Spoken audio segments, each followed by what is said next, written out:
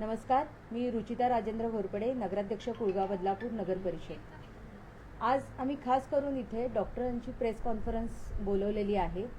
ती ह्या कारणास्तव की सरकारकडून आपल्याला HPV वॅक्सीन जे सर्वाइकल कॅन्सर आहे हे प्रिव्हेंट करण्यासाठी म्हणजे हे रोखण्यासाठी HPV वॅक्सीन आपल्याकडे अवेलेबल झालेलं आहे। दुबे हॉस्पिटल आणि ग्रामीण हॉस्पिटल कार्मेल स्कूलच्या जवळ। तर ह्या बाबतीत डिटेलमध्ये माहिती आपले एक्सपर्ट डॉक्टर्स आणि सगळे देणार आहेत। तर ही लस खूप सेफ आहे आणि लोकांनी आपल्या मुलींसाठी या गोष्टीचा नक्कीच पॉझिटिव्ह विचार करा हे पटवून देण्यासाठी आम्ही खास करून ही प्रेस कॉन्फरन्स आज इथे बोलवलेली आहे।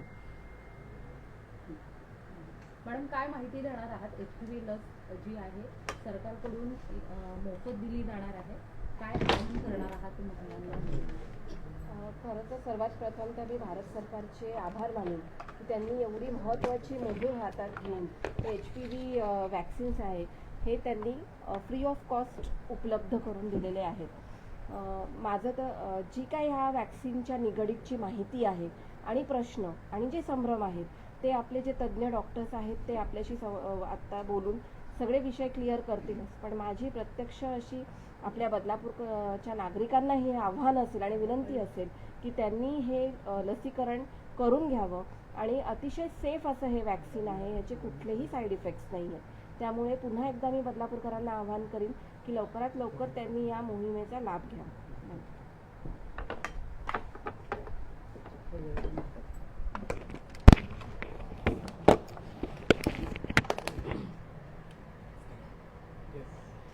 गर्भाशयाचा मुखाचा कॅन्सर यासाठी भारत सरकारच्या माध्यमातून जे HPV vaccine human papilloma vaccine आणि ही जी सुरुवात केली आणि ही मोफत केलेली आहे आणि त्यासाठी खास करून या ठिकाणी काही तज्ज्ञ डॉक्टर्स आहेत, लोकप्रतिनिधी आणि प्रशासनाच्या माध्यमातून कशा पद्धतीने ही लस दिली जाते यासाठी ही प्रेस या ठिकाणी ऑर्गनाईज केलेली आहे। खऱ्या अर्थाने ही लस आहे ही प्रतिबंधात्मक लस आहे। हा कॅन्सर जो आहे तो होण्यासाठी काय आपल्याला उपाय, ह्या लसीकरणाचं काय महत्त्व आहे, न होण्यासाठी याचं काय महत्त्व आहे, त्यासाठी खास करून तज्ज्ञ या ठिकाणी इथे बसले आहेत। कारण की रील्सच्या माध्यमातून, सोशल मीडियाच्या माध्यमातून जो काही अपप्रचार या ठिकाणी केलेला जातो हा कुठेतरी थांबावा आणि नागरिकांमध्ये जनजागृती होण्यासाठी खास करून हे या ठिकाणी आम्ही ही प्रेस केलेली आहे। परंतु ज्या ज्या काही शंका असतील या संदर्भामध्ये जे आपल्याला हे कॅन्सर न होण्यासाठी त्यासाठी खास करून आपल्याला हे डॉक्टर या ठिकाणी संबोधित करतील। तोंडाचा कॅन्सर आपण ज्याला म्हणतो तो कॅन्सर असतो। हा सर्वायकल कॅन्सर हा आपल्या भारतामध्ये सेकंड लार्जेस्ट कॅन्सर आहे। म्हणजे ब्रेस्ट कॅन्सर सगळ्यात मॅक्सिमम लोकांना डिटेक्ट होतो, त्यानंतर सर्वायकल कॅन्सर होतो। ह्या कॅन्सरमुळे जवळजवळ 75,000 डेथ्स पर इयर आपल्याकडे होतात।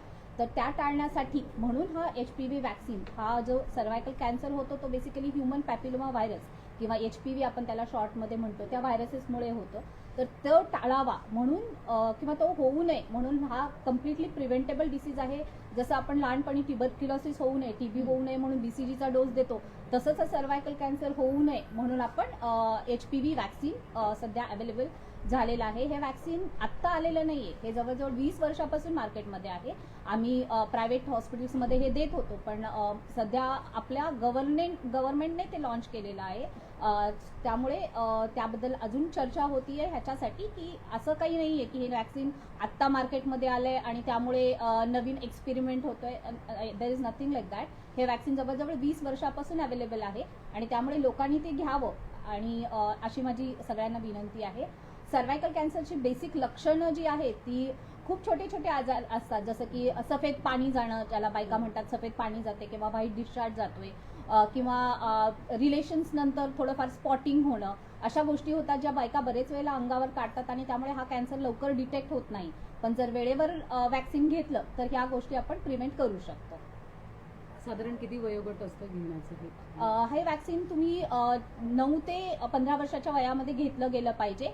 ऍक्च्युली पहिला सेक्शुअल कॉन्टॅक्ट होण्याच्या अगोदर हे वॅक्सिन घेतलं तर त्याचा इफेक्ट खूप जास्त असतो.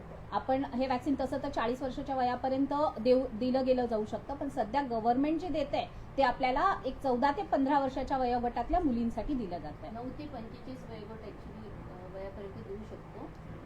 0-2 ॲक्च्युली एक सिंगल डोस आता सध्या सरकारने सुरू केलेला आहे. रॉबस्ट इम्युनिटी असते आणि सेक्शुअल ॲक्टिव्ह होण्याच्या अगोदर 14 वर्ष वयोगटांना.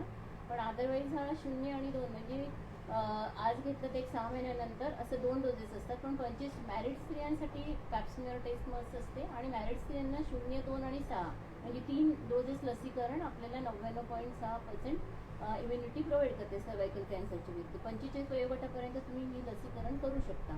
किमान 3 लसी घेतल्या पाहिजे. किमान 15 वर्षाच्या नंतर दोन. स्त्रिया मॅरिड आहेत त्यांच्यासाठी किंवा सेक्शुअली ऍक्टिव्ह आहे त्यांच्यासाठी त्यांच्यासाठी 3.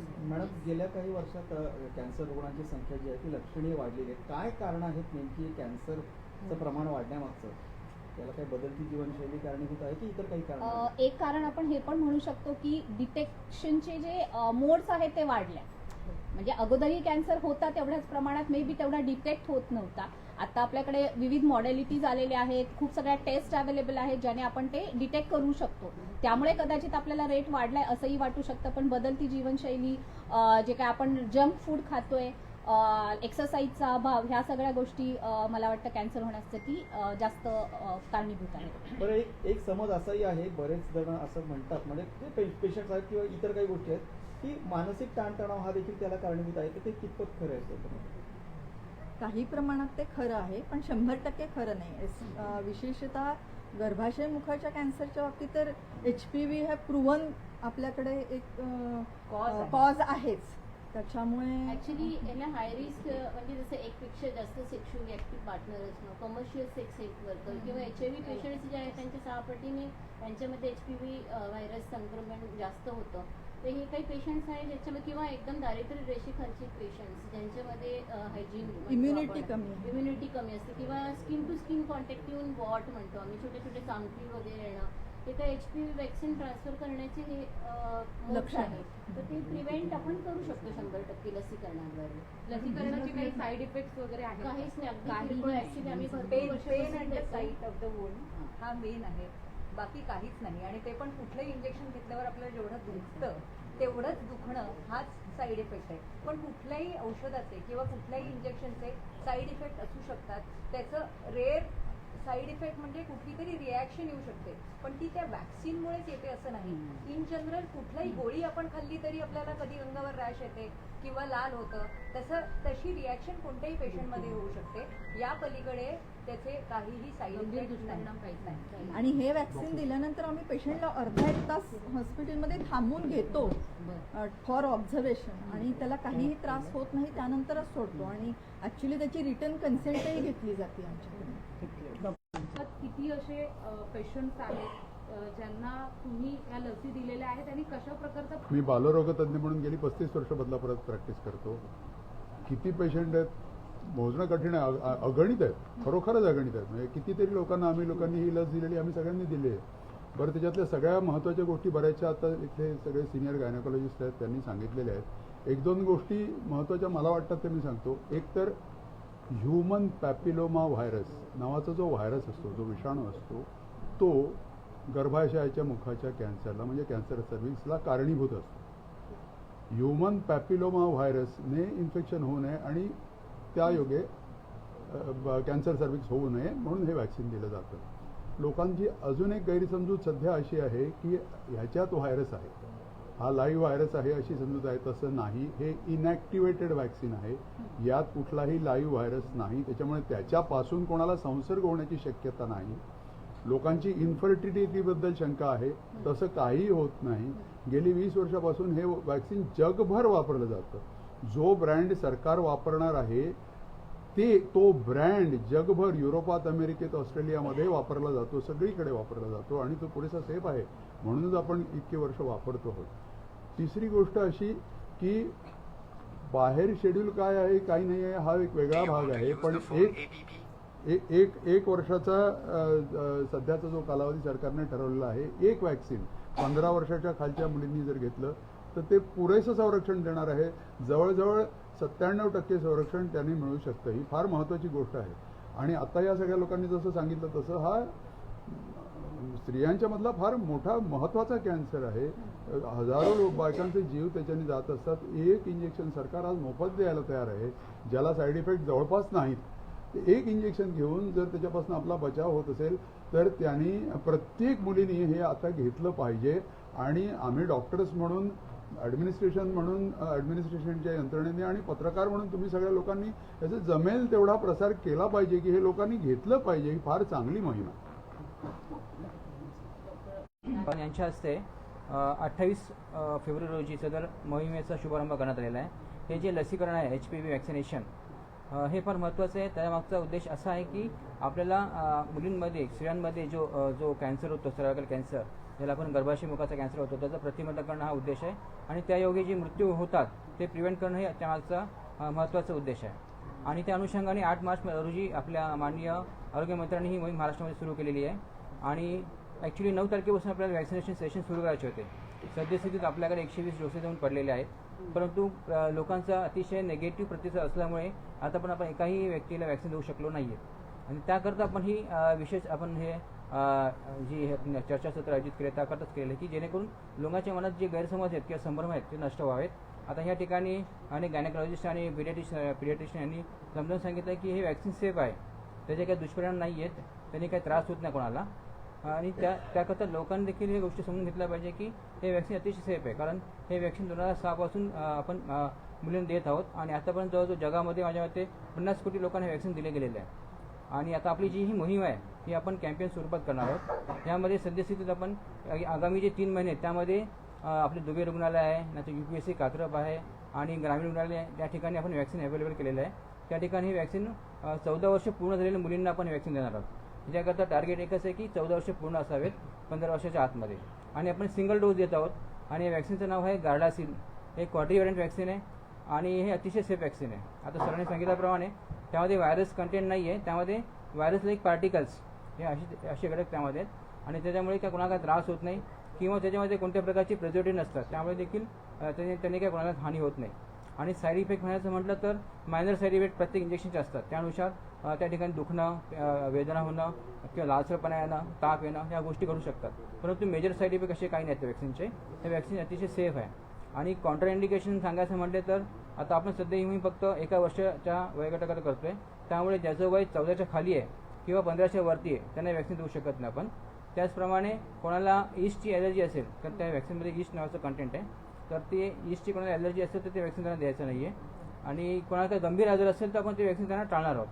तर बाकी अदरवाईज त्याला काही हे नाही आहे, कॉन्ट्राइंडिकेशन काही नाही आहेत. आणि ज्याप्रमाणे आपण पोलिओ आणि स्मॉल पॉक्स हे जे 2 आजार आहेत वॅक्सिनेशनच्या माध्यमातून नष्ट केले, त्याप्रमाणे आपला हा सर्वायकल कॅन्सर देखील वॅक्सिनेशनच्या माध्यमातून आपल्याला त्याचं उच्चाटन करायचं आहे.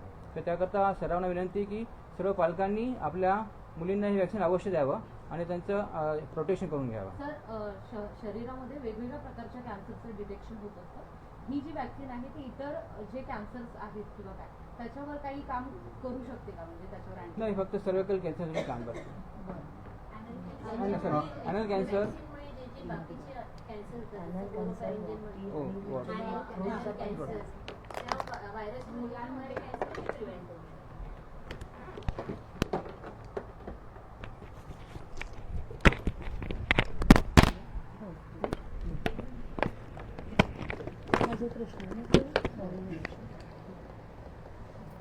नमस्कार.